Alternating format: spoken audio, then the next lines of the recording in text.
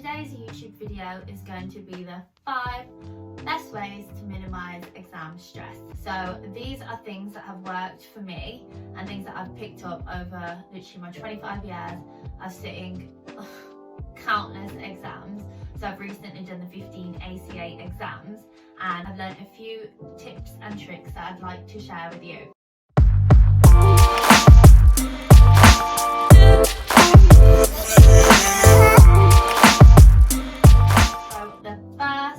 Way to minimise exam stress, I would say, is to just know what works for you. So it sounds quite simple, but what I mean by that is would have already sat some exams before. So say for example in my university exams I learned that I need sleep. I cannot just go to an exam on really little sleep because I'll get mind blanks. So that being said, you should follow that same approach with exams coming up in the future. So if you do think that you need more sleep, get more sleep. If you're one that works kind of with cramming, then maybe just do that, honestly. But I would not recommend that for the ACA exams purely because there's so much content. I don't really think you can get away with that. But it's also one of the things where just really know what works for you on the exam day. If you can't eat, don't really eat much, just have say like a banana, brunch bar, something like that.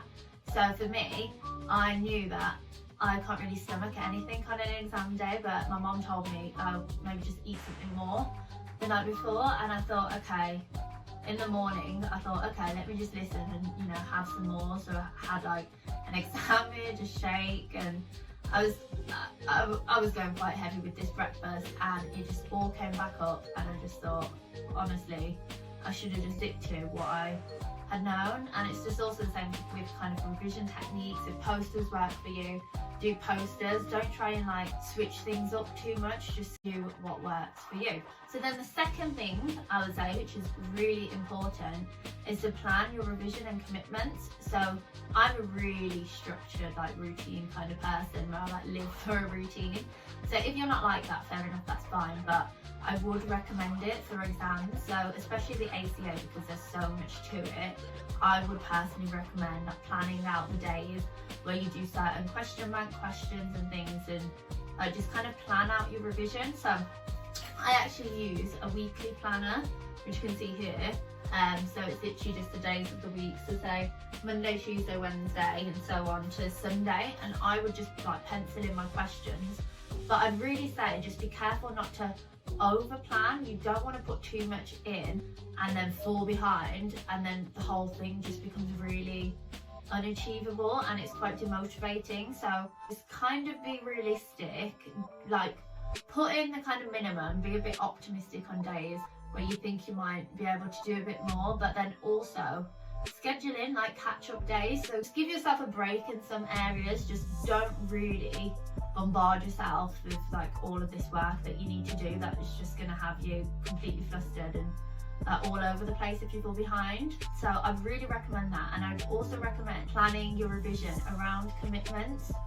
So what really helps is if you still do the things that are important to you. So if you just completely just cut off, and that is what works for you, fine, but it's important to just prioritize other things. Like if it's a friend's birthday, just plan it around it, just plan ways to kind of make things work.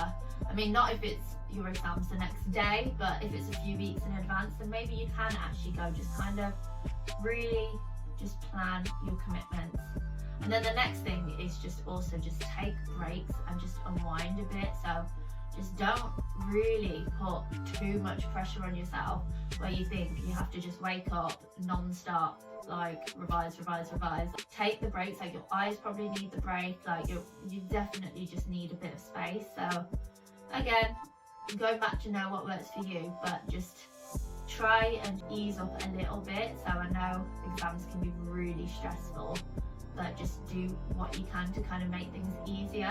So then coming on to prioritising your health, I would link that onto say meal prepping. So if you are quite stressed with your exams and you don't really want to waste time doing other things, making food and cooking, you can just meal prep, and I would always recommend doing that because it does just cut down the time that you need to spend in the kitchen on, say, every day, whereas you could just do it on a Sunday and then prep for a good few days. So I'd definitely say meal prep.